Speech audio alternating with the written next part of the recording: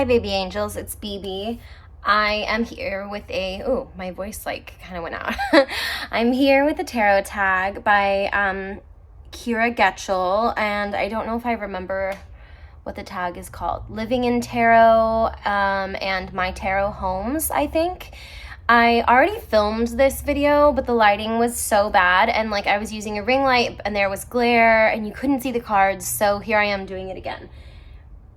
And I'm using like an abridged version of my collection because I'm moving. So I have about a third, I think, of my collection right now. It's about 46 decks, and that's including Oracle. So I just went through what I have on hand right now. So maybe there will be like a part 2 eventually, but I'm moving temporarily for the next 6 months, and these are the only, well, not the decks I'm showing aren't the only decks, but I'm picking from the box of the only decks that I'm bringing. So let's go. The first deck I have is the Fantastic Menagerie.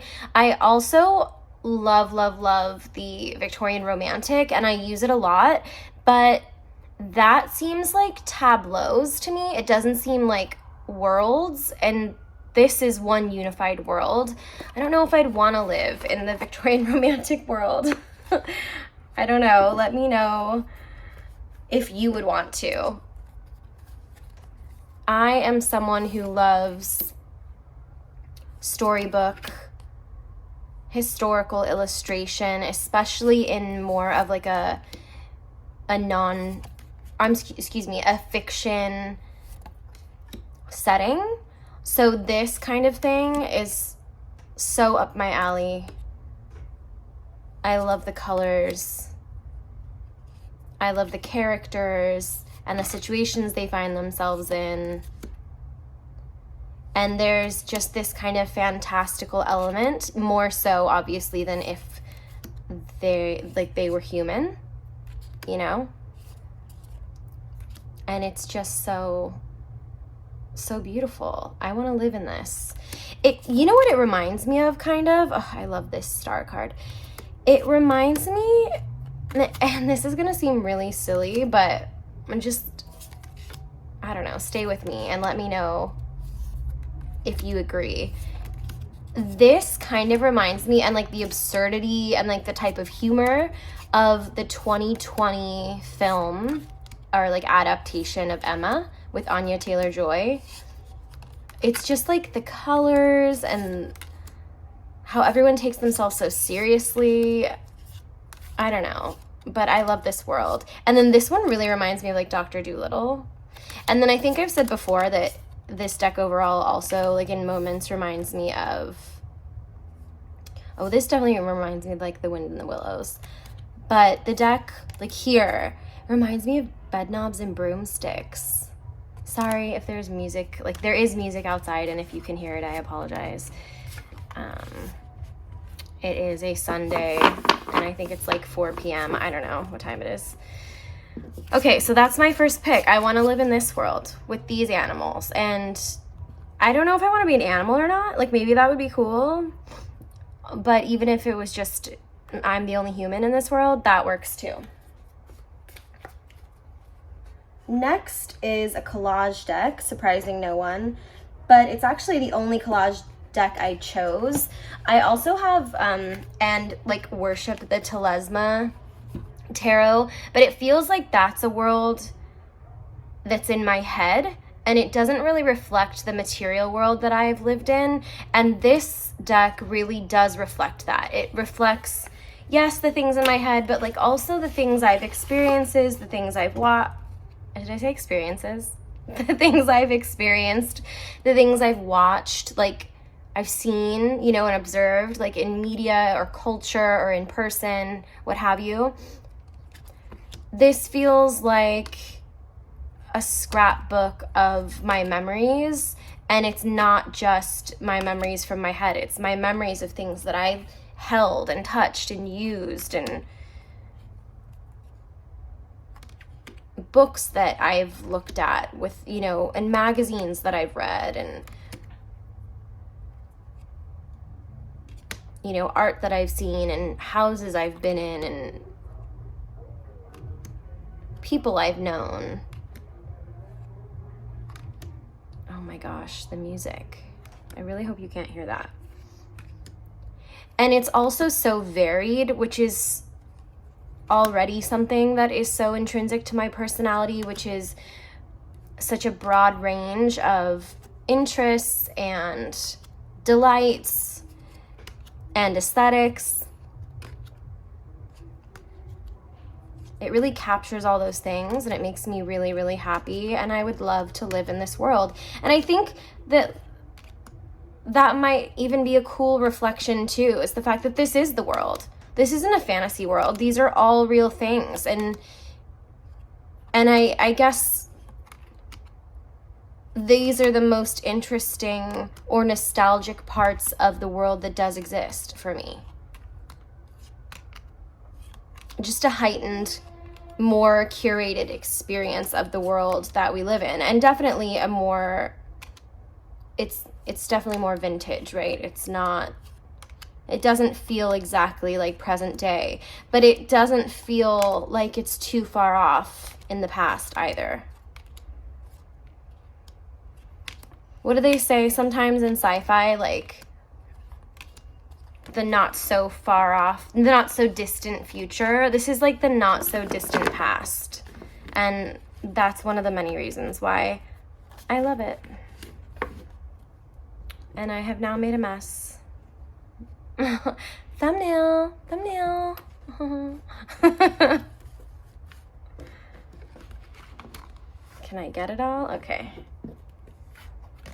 All right, the next one is nostalgic, but purely for me, like a media and pop culture standpoint, because I have never been to New York. So this is the Pasta Tarot. It's queer, it's bright, it's colorful, it's historical, it's got some queer history in it, and it reminds me of like a Bronx Tale, but like instead of the mob, it's just a family, like a queer family. I love the design of this deck. I love the illustration. I love the characters and the expressions, and the use of pasta is like amazing. It's a mood, and I think I've said that before. This feels like 80s and 90s like art illustration, like things that I saw in books when I was a kid.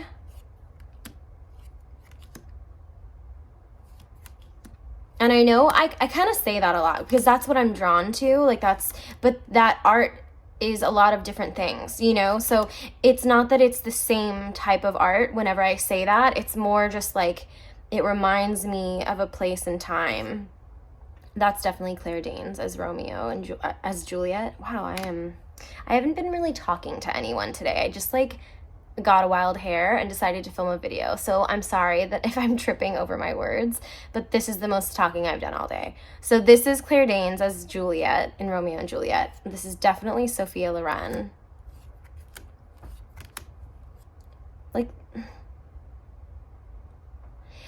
Like this is like what Vanity Fair, if Vanity Fair were to write an article in the late 80s about like this awesome restaurant and like all the cool people in town being there, and they didn't have a picture of it, and instead they just like set a mood with like an illustration, that's what I imagine this illustration type, like style to be, you know?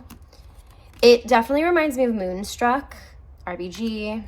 This looks like Isabella Rossellini. I don't know who everyone is. I don't know why this reminds me of Lady Gaga. It doesn't look like Lady Gaga at all, but I just imagine that being her or someone in her family. I don't know. And then we've got like Pride and Marsha P. Johnson. I love these. Honestly, the Minor Arcana are like some of my favorite cards in this deck. But I want to live here as I see this. I want to live in this world. Do you not? I think that like the person who did this deck, like who the artist for this deck, should have been the artist for the Stranger Things deck. And I think that that would have been wonderful because it's so nostalgic. Anyway, this deck is amazing. This was a Kickstarter, but I think you can still get it. And I got this scarf for it, and it's really beautiful, but I have this like weird rule for myself where I have to do X amount of videos with one scarf before changing it. And like, it's really arbitrary, and I only started doing it because I changed from one to another and then noticed it had been, or that I had done one for X amount of videos, and then I was like, okay, well, then I'll do this next one for X amount of videos, and then I'll change again. So I've been doing that. And then this scarf is almost done, but then I'm like, I feel like I can't do the Pasta Tarot scarf because it's going to be winter, and that scarf is so like spring summery. I don't know what to do. Where can I find a good, like, pretty scarf that's kind of silky feeling? Let me know. The next one is the Tarot of the 1001 Nights, and this is like all of my fantasies fulfilled, honestly. All of like my Aladdin, because I loved that movie. You can't even see how beautiful like the colors are in this deck. Like, it is so gorgeous. It is so romantic. It's full of maximalism and luxury, and the design is just unmatched for this. Like, so this obviously is based on a historic period in time, but it is also elevated because these are myths and legends and, you know, storybook fairy tales of the like Arabic culture. So they have, again, a fantastical element. I guess that's what it takes for me to want to live in the world. But it's so moody and lush and exciting, and then there are moments of just like peace and comfort and like, say less, I'll be right there. What does Drake say?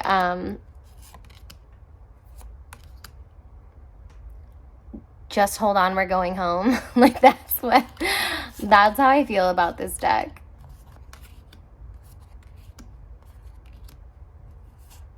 Beautiful. So that's I believe that's my fourth pick.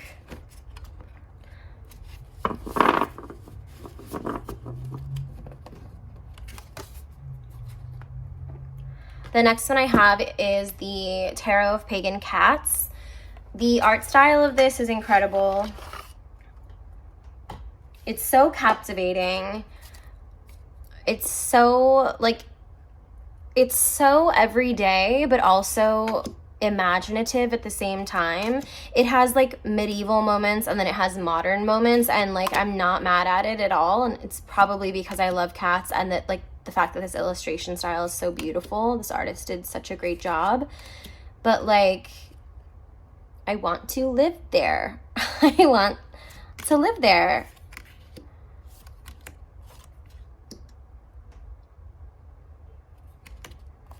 I guess all of these kind of are underlined with a romantic feeling. And this one is a very magical feeling. And it's interesting because I'm drawn to art and sophistication and style and refinery, but I'm also drawn to like counterculture and rebellion and, you know, standing up in the face of oppression or authority or injustice, you know.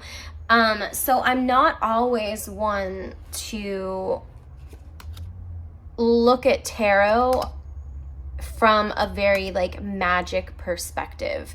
Like I do from an energetic perspective and from like maybe a somewhat spiritual perspective, but I don't deny magic in any way. I just feel like whatever part of me that is magical in kind of the magic, like ICK sense of the word, not just like the world being magic or like having magic within you, in like a more broader sense, I'm not as connected to, and this deck makes me want to be magical. This world feels magical, and I want to be magical in it. Like, I don't know what kind of witch I would be if I were a witch, or like maybe I would be a sorceress or something, or a priestess. I don't know what feels right, but I know that whatever it is, this is a world that I want to do it in. You know? It's weird because like even with the Tarot of the 1001 Nights, like it doesn't even really feel safe to be like witchy in that deck to me. I just want to be like a princess in that world. Like I don't want to be a witch in that world. It seems like a witch would have either a lot of responsibility or a lot of trouble. But like this deck has this like mundane like peace to it in a sense. And that makes it feel like, oh, my life could just be like very Snow White-esque, but also be witchy. So that's number 5. I don't know why I started numbering them like halfway in, but the last one is the Tarot of the Divine by Yoshi Yoshitani.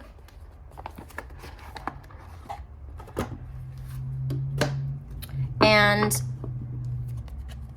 this does seem like one world to me, even though, I mean, I was going to say even though like these cards are inspired by everywhere in the world, but that's like the whole point, right? That's still one world. This is one world that she got all these stories from. Oh no. Yeah, like,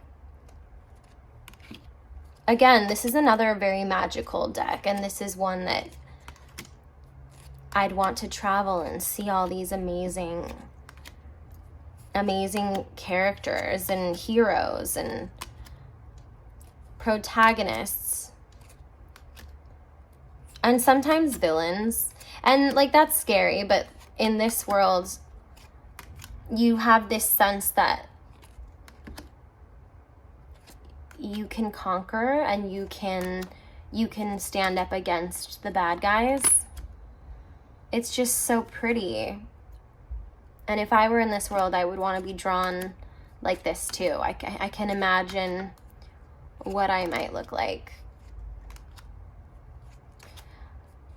Mythology and fairy tales also have a lot of, and like fables also have a lot of like ethics in them and morality and learning lessons. And they're not always happy endings, like I said, but I like that part about it too. Like there's a lot of integrity when it comes to this deck.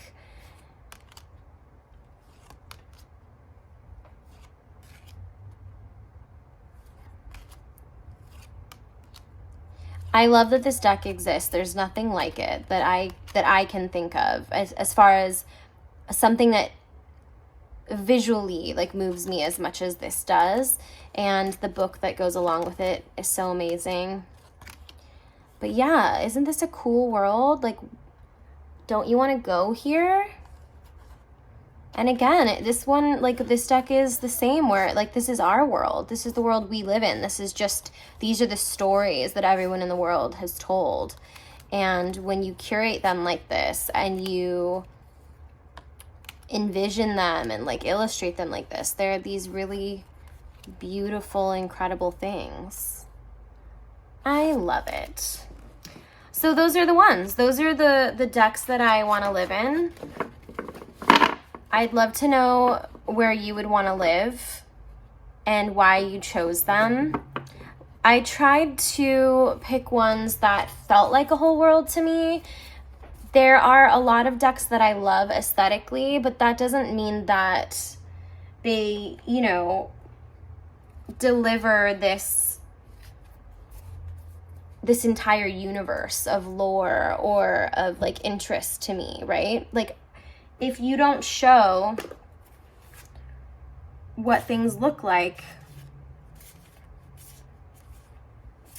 in more than just like, oh, here's a lady and like a field behind her, and here's a guy and he's got a castle behind him, and then here are all of the pips that have nothing, you know? Like, I can't picture the rest of the world and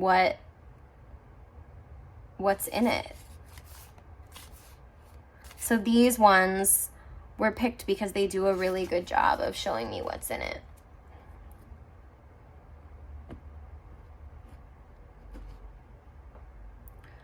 I loved this tag. It's a really fun, short little guy. And thank you, Kira, for creating it. And I want to thank you guys for being here, for being curious, for being my friends. And you know what they say, right? My mom's coming in. I gotta go.